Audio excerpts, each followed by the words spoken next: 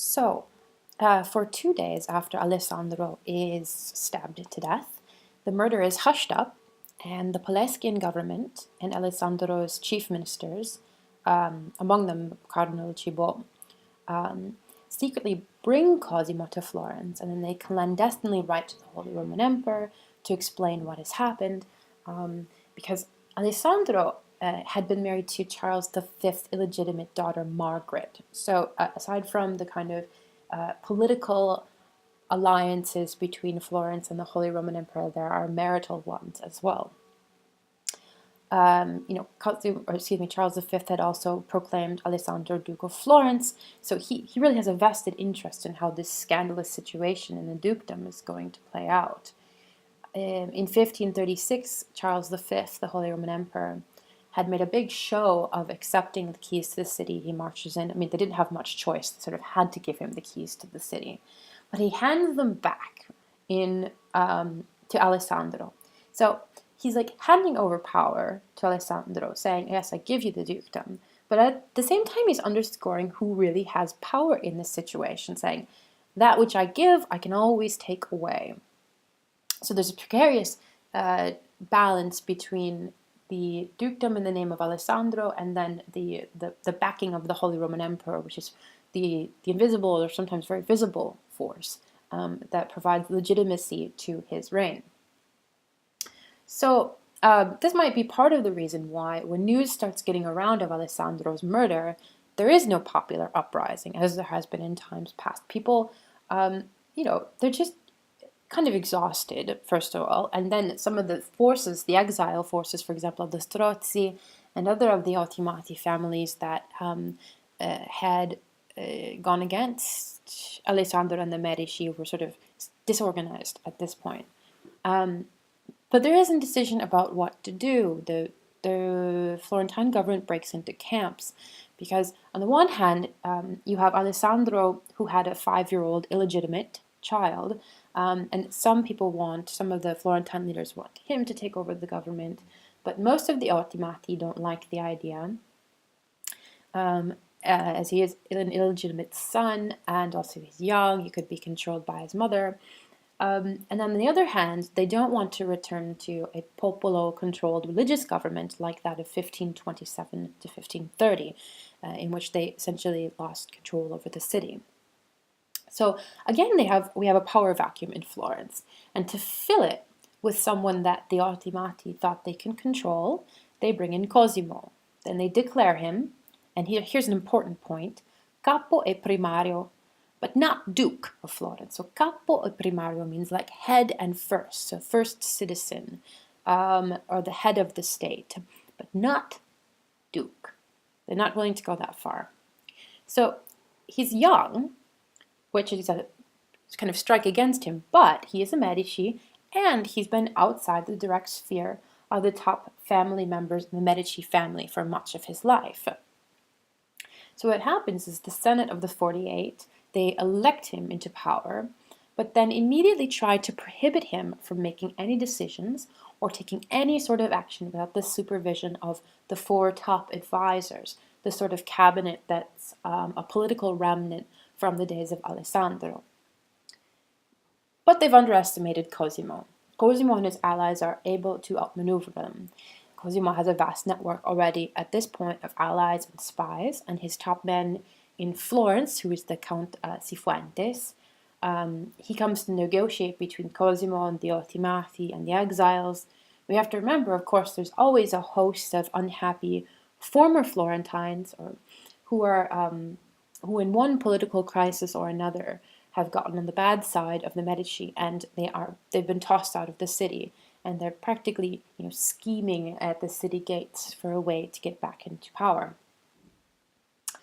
So this counterparty in Florentine politics, which is led by Cifuentes, gets Cosimo confirmed as Duke in the former office that Alessandro holds. And this turn of events has the consequence that the exiles, who are, again, still in respectable numbers outside of Florence, decide this is the final straw, and they're going to kind of put together a hastily assembled army and try to take back power in Florence. They're led by Filippo Strozzi and his son Piero, but the Tedeschi had expected this, and they placed an army to lie in wait for the exile forces. And this exile army, despite its respectable numbers, is crushed absolutely by the Medici troops on August the 2nd.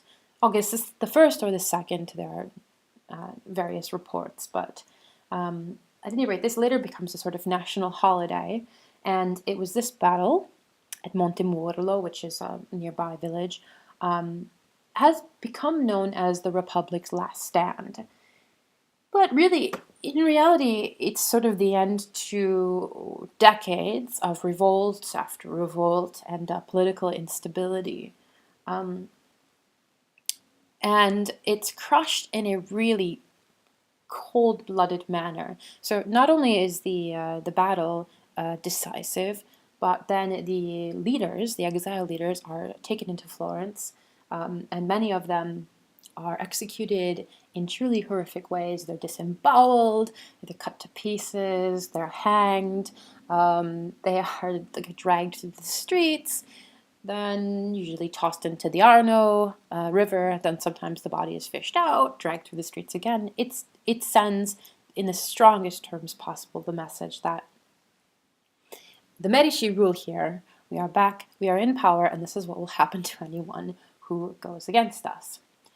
In the meantime, of course, the Medici also have the backing of the Holy Roman Emperor, who at any time could come rampaging through Tuscany with an army of Lutheran Landsknechts. They're like these mercenary soldiers who are absolutely brutal. So that, taken in tandem with the recent defeat at Montemurlo, squashes any rumor or any hope of rebellion. So, 1537, we have Cosimo I in power. How to build a successful state in 6 steps. Say that 3 times fast. So, the threat of external power is a way that is a constant support to Cosimo regimes. He doesn't get along with the Pope, who at that time is Paul III, and he has to deal with the exiles who are left over even after the decisive Battle of Montemurlo, and they've sort of allied with Francis I of France. So this keeps Charles V in a strong position with Cosimo. Cosimo really doesn't have much of a choice. He has to remain allied with the Holy Roman Empire and the Spanish. But whereas Alessandro was content to have a good time and kind of while his days away in brothels as duke and vassal of the Holy Roman Emperor, Cosimo really wants to build a dominion of his own. So he does that in a way which at first appears to have changed little from the outside. He rules through magistracies, laws, and councils, which had really largely remained unchanged in recent history. And he took the laws which were passed under Alessandro, and what he does with them is striking. And with the passage of any new law, everything is first passed through the Magistrato Supremo, and is issued in the name of the Florentine government. And then little by little, the laws begin to be issued really in his name alone, rather than that of the Senate or the Magistrato. So even visually, and these were bandi, they're laws and announcements that would be kind of printed out and then plastered up on public buildings or around the city, and it changes visually the people's conception of to whom they owe allegiance and who is in power. So it's a gradual process, but it is notable. He also takes the Magistrato Supremo, which had been a real governing body, and he transforms it little by little into an appeals court. So it's a court in which people could normally come and complain and bring their legal suits and to get the prince's justice. At this point now, the Magistrato, which is a court, can rule in Cosimo's name, but Cosimo doesn't have to physically be there. This is part of his larger attempts to grow the bureaucracy, the really infrastructure of the state. And he does this also by creating new groups of officials, one of which is the auditori, who are a bit like overseers of government, like a cadre of government officials who supervised the court systems, the magistracies, and the councils. They were trained in law, and they held their positions based on Cosimo's need. So rather than the traditional civilian system, which would rotate men in and out in turns, they would have a set, predefined period of time in which they would serve in this government post. Cosimo instead makes it kind of indefinite. He says, no, I'm appointing you, and you'll serve in this position as long as I need you. This makes sure that his right-hand men are really loyal to him. And in addition to that, he selects them from cities outside Florence. So these top officials, these auditori, are not Florentines themselves. This is a way for him to maybe not ensure, but at least work against the kind of traditional family alliances that had manipulated the inner workings of the political system in Florence. So they're his right-hand men, they're from outside of Florence, and they're utterly dependent upon him for work. So he's able to essentially rule directly without having to physically be at every decision-making instance. So he doesn't have to actually be there. He has loyal secretaries, these auditori, and as a consequence of this, the government, the bureaucracy, grows in scope and in power and really just in sheer numbers. So Cosimo decides at this point that the Palazzo della Signoria, Palazzo Vecchio, which has been the traditional seat of government, is no longer sufficient to house this growing bureaucracy. So what does he do? He builds the Uffizi. The Uffizi is designed and built under the supervision of Giorgio Vasari, and it's built generally between 1560 and 1581, later under the supervision of Bernardo Buontalenti. And as we can see from our map, it is directly connected to the Palazzo Vecchio, which is again the traditional seat of government in Florence. And the area where you see highlighted as Uffizi, next to it is now the Museum of the History of Science, used to be a series of buildings. There was a church there. I think it was also the seat of the silk merchants. So there were buildings there. It wasn't as if Cosimo said, well, we're just using this empty space. So he has everything knocked down, which is also, I think, a demonstration of his power. He's able to do that and has these beautiful new palaces, offices really, built up in their place. Additionally, it's after about 1540, he and his new wife, Eleonora of Toledo, buy Palazzo Pitti, which is just across the river in the Oltre Arno. And because Eleonora, we'll talk more about her later, doesn't like living in the Palazzo Vecchio. She thinks it's too small for a woman of her stature. It doesn't have enough space to house both the government and their family. So they buy this magnificent palace, which is on the other side of the river. Now, Cosimo is an extremely cautious man. He's learned from the example of his predecessors, and he goes about town, with an armed retinue, and he has an extensive spy network, and he's extremely cautious of his whereabouts. So what he does is he has this what is now known as the Vasari corridor, but it's a sort of tunnel that's built over the top of the Palazzo Vecchio, and it connects the Uffizi to the Palazzo Pitti. So he actually never has to go outside to travel between his family home and his offices. It also changes the kind of social layout of the city because Eleonora, his wife, doesn't like the Ponte Vecchio, because it used to be the seat of tanneries. So these artisan workshops in which you have the tanning of hides. It's an incredibly stinky process. It uses a lot of water and a lot of chemicals, and she doesn't like the stink that's sort of emanating from there. So Cosimo has them all tossed out, and in their place are these nice little boutiques, and it becomes a center for shops for jewelry. And now, if you go and you walk along the Ponte Vecchio, you'll see shop after shop of gold jewelry. Essentially, they're jewelers.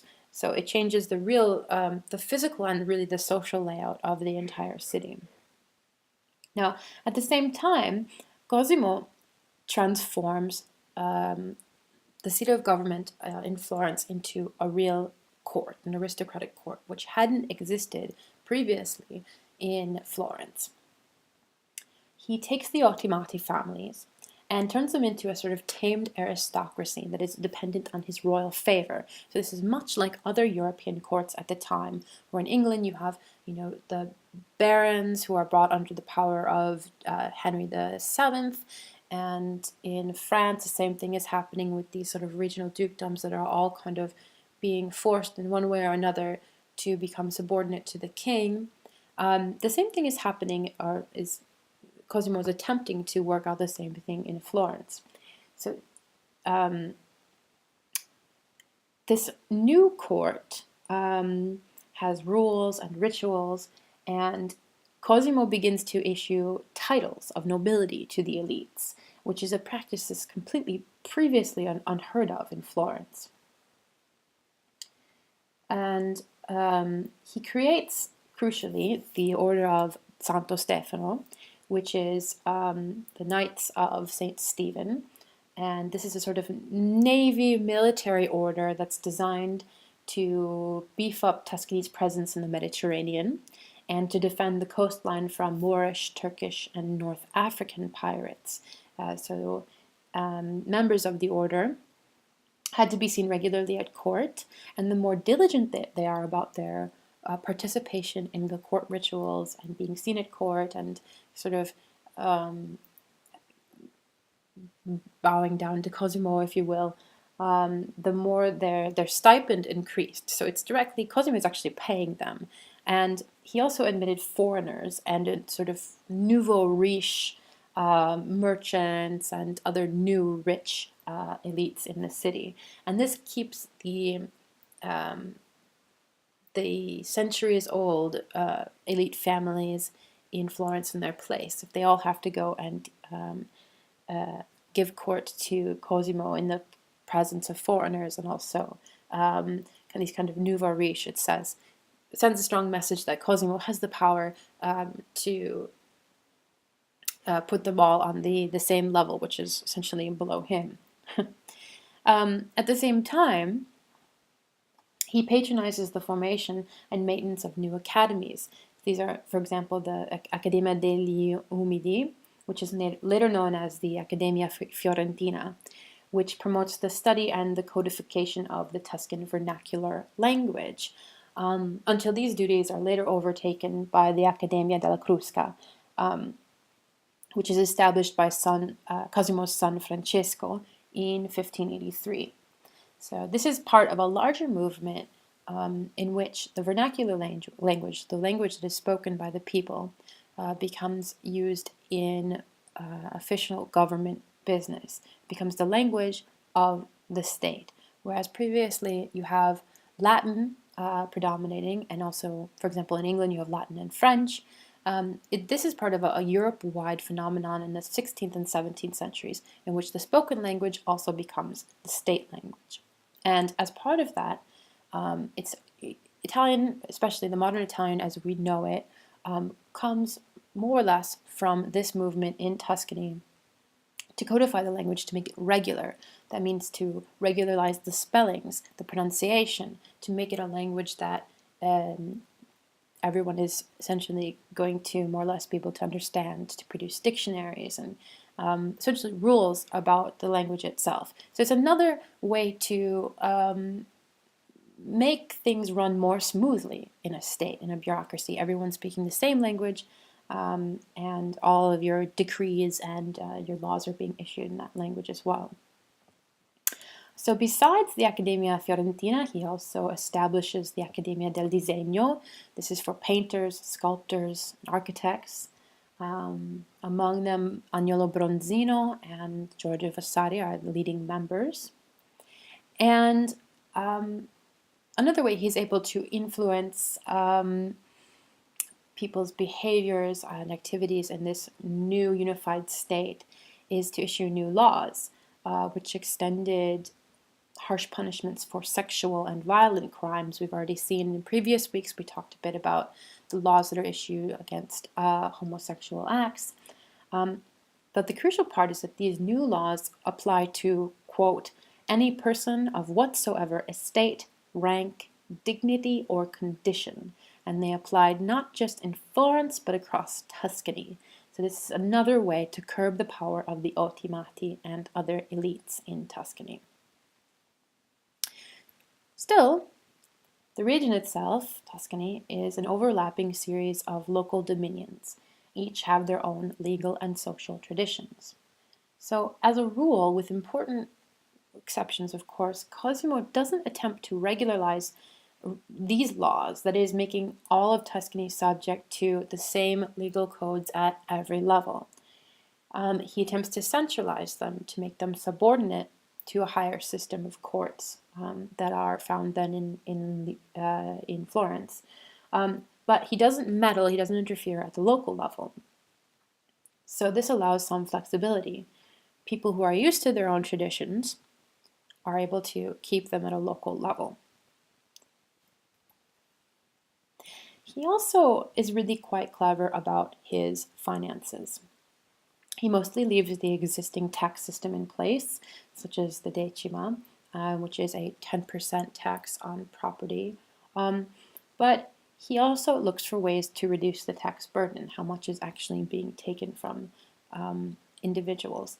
And importantly, to fund his military campaigns and private building projects, he borrows money. So he doesn't issue new taxes, but he borrows money, particularly from foreigners and from the bankers who also lent money to the Habsburgs, to the Holy Roman Emperors.